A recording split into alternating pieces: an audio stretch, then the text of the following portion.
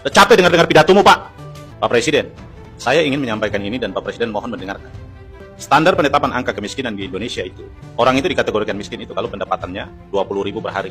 Pertanyaan sederhana saya, Pak. Kalau orang yang pendapatannya 50.000 per hari sudah dibilang tidak miskin, Pak. Mana cukup, Pak, dengan 50.000, Pak? Itu sudah tidak dikelompokkan sebagai orang miskin, Pak. Coba pikir pakai logika, Pak. Pak Presiden, tolong pejabat-pejabat Anda ini diminta untuk membenahi ini, Pak. Maka sesungguhnya yang miskin Indonesia itu, 80% orang miskin Indonesia itu. Yang kaya itu hanya pejabat dan pengusaha-pengusaha yang monopoli, yang oligarki, yang meras sumber daya alam, dan yang korupsi itu yang kaya, Pak. Capek dengar-dengar pidatomu, Pak. Pak Prabowo, Bapak masih ingat tidak, Pak? Bapak pernah bilang seperti ini.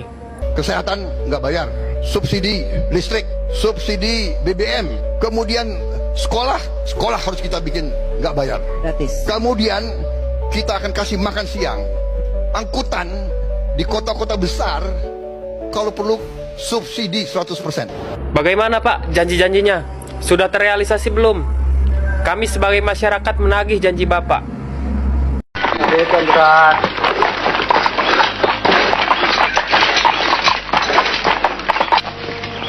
Apa lo patah?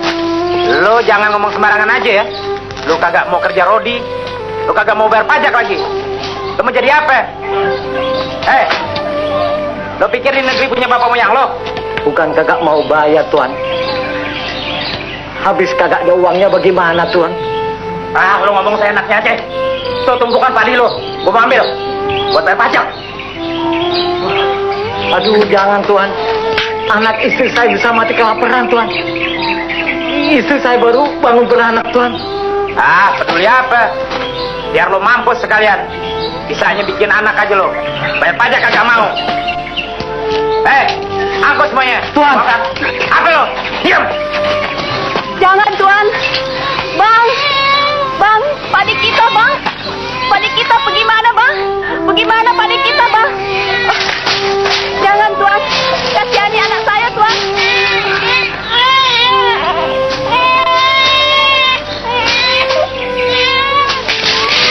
Tunggu tinggal dikit. Buat nunggu gas. Jangan. Lawan lo ya, lo.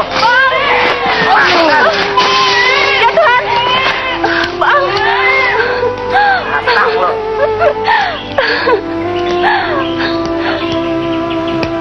Kejam. Company busuk.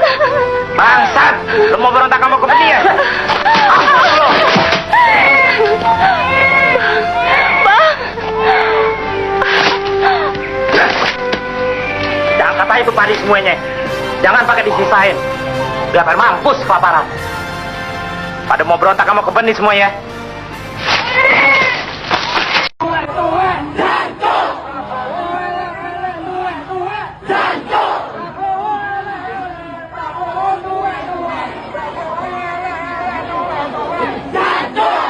Makin kesini, sepertinya rezim Prabowo makin agresif menindak pihak-pihak yang vokal mengkritik jalannya pemerintahan.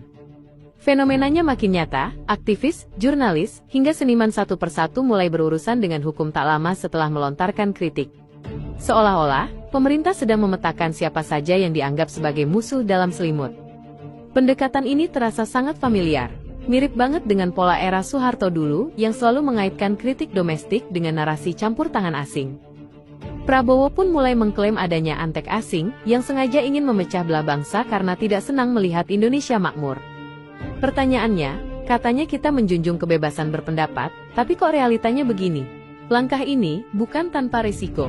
Hubungan kita dengan negara tetangga seperti Australia pun mulai terasa renggang, karena mereka menaruh perhatian serius pada isu HAM dan kualitas demokrasi kita. Efek domino lainnya, kepercayaan publik bisa hancur.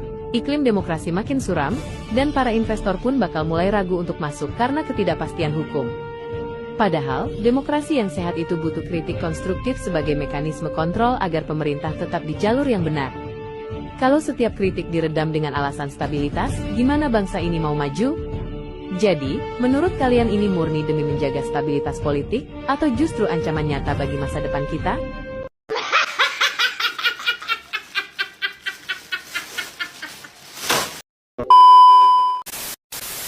Prabowo Subianto mungkin adalah salah satu presiden ya yang sangat sekali, boleh bilang lucu sekali maksudnya.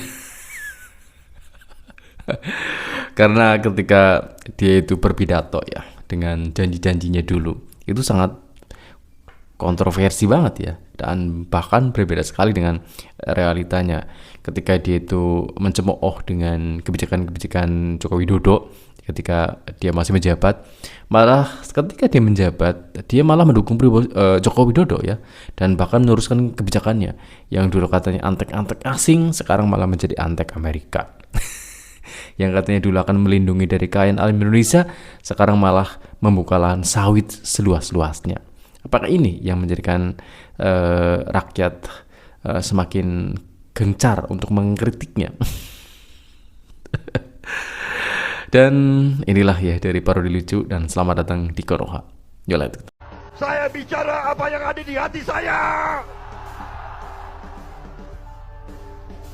Saya muak dengan ulah-ulah elit yang jahat di Jakarta itu. Muak. Selalu bohong kepada rakyat. Pak Prabowo terima kasih ya. bergizi gratis. Pak Prabowo ada instruksi khusus nggak Pak untuk bikin Pak kalau makan bergizi gratis ada instruksi khusus nggak Pak? Ya, jadi begini. Beberapa jam setelah doorstep ini, kartu pers istana milik jurnalis CNN Indonesia Diana Valencia dicabut. Penyebabnya diduga karena Diana menanyakan hal di luar konteks saat Presiden Prabowo doorstep sepulang lawatan ke 4 negara. Pihak CNN Indonesia menyebut kartu peliputan itu dijemput oleh tim Biro Pers Media dan Informasi Sekretariat Presiden tanpa menjelaskan alasannya. Hari ini, Senin, pimpinan CNN Indonesia, Diana Valencia, dan perwakilan Dewan Pers bertemu dengan perwakilan BPMI di Istana Merdeka. Dalam pertemuan tersebut, BPMI meminta maaf dan mengembalikan kartu pers istana yang sebelumnya diambil dari Diana. Kalau bicara sebelum diskusi, tentu itu memberikan tekanan juga pada saya sebenarnya, karena ketika ID card itu diambil seolah-olah legitimasi saya sebagai jurnalis istana itu diambil begitu. Tapi setelah adanya diskusi, kemudian dalam diskusi juga ada dinamika begitu ya, bahwa sebenarnya kinerja pers itu bukan cuma memberitakan hal-hal yang ingin diberitakan saja, tetapi juga berita-berita yang dibutuhkan oleh masyarakat. BPMI sepakat begitu ya perihal hal itu.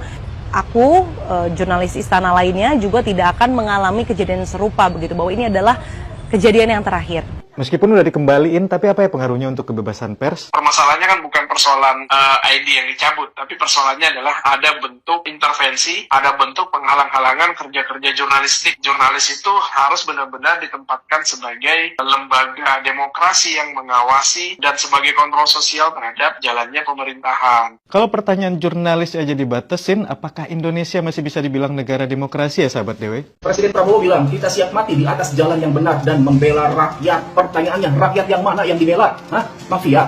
Hah? Koruptor? Iya.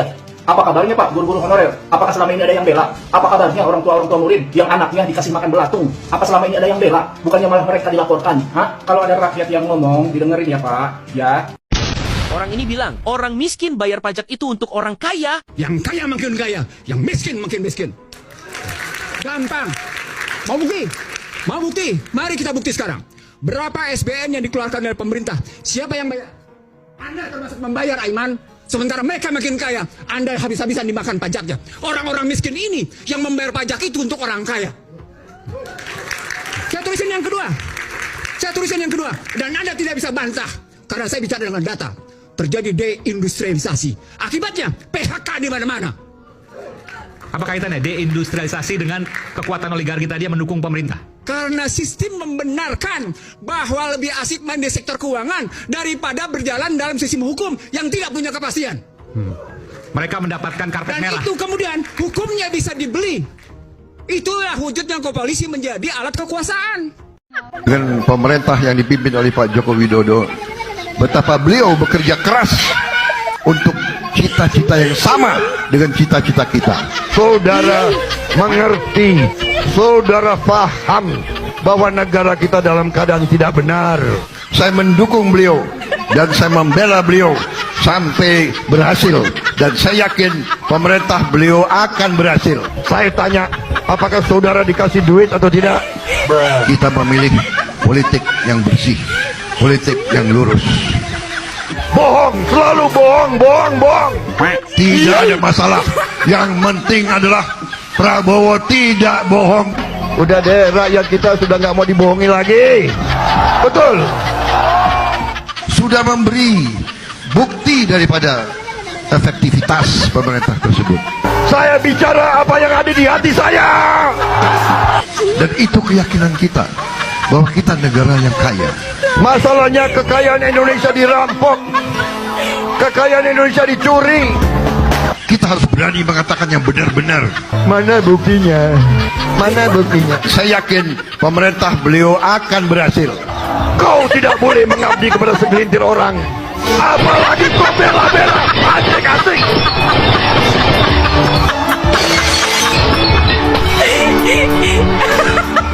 Prabowo Subianto tampaknya memang seorang presiden yang boleh dibilang dulunya ketika dia itu belum menjabat sangat frontal sekali ya dengan pemerintahan. Bahkan di dalam ciutannya di setiap apa yang disuarakan waktu menjadi masih ketua Gerindra ya, dia itu selalu menyindir dari pemerintahan, dari mata uang yang rusak. Itu adalah suatu nilai yang merupakan tanda kehancuran dari bangsa ya, dan kemudian dari bobroknya kehidupan masyarakat dan sengsaranya kehidupan masyarakat itu dikarenakan karena pemimpin yang tidak pandai. Tetapi alih-alih dia itu merubah dari suatu kan masyarakat yang semakin sejahtera dengan keadaan semua ekonomi yang membaik, harga-harga murah, sekolah gratis, kemudian dari kesehatan gratis, malah dari suatu kenyataan yang cukup fantastis apanya, konyolnya guys ya. Karena dari tadinya kesehatan gratis nih ya, dari BPJS yang terutama untuk para orang tua nih yang lansia dinonaktifkan sebesar 11 juta. Apakah itu yang dinamakan sebuah perbaikan? Adalah dengan efisiensi yang anggarannya itu bisa untuk mengcover dari MBG. Malah utang dari negara kita semakin membesar, semakin membengkak ya. Bahkan negara itu semakin defisit. Dan kemudian dari statement Indonesia suram untuk 2000 selanjutnya gitu ya. Ya memang saat-saat ini pun Indonesia boleh bilang amat sangat suram ya dari kehidupannya. Bahkan sampai saat ini ya banyak para mahasiswa yang melakukan orasi itu bahkan senyap, tidak diberitakan sama sekali. Dan dari suara rakyat semakin dibungkam, yang katanya dia akan senang dikritik malah soal sekarang malah anti kritik ya. Bahkan ketika pers bertanya dan kemudian dari Prabowo Subianto itu tidak terima atau bahkan kecewa, dari kartu persnya dicabut. Apakah ini yang dinamakan sebuah demokrasi ya, ketika masyarakat ingin bersuara justru dibungkam, ketika masyarakat ingin mengkritik malah justru diintimidasi ya. Dan ini menjadi sebuah dari kecewaan masyarakat ya, begitu sangat luar biasanya. Dari kekonyolan pemerintahan, bahkan dari pejabatnya itu malah seolah-olah ketika dikritik dan kemudian dipertanyakan dengan kebijakannya, ya mereka sembunyi saja guys ya, dengan suatu jawaban yang seolah-olah kayak di luar nurul. Mending ya kalau ngelesnya itu kayak mempunyai suatu yang diterima di akal logika, tetapi enggak guys ya. Bayangkan ketika mereka bertanya tentang dari kebijakan-kebijakan ya, semestinya misalnya KDMP yang katanya tidak meraih untung. Udah seru sekali guys ya. Dan semoga saja Indonesia semakin baik saja guys ya, tidak suram, dan nantinya ada suatu pemimpin yang benar-benar luar biasa ya, tidak seperti sampai sekarang ini ya. Sekian, assalamualaikum warahmatullahi wabarakatuh. Ciao.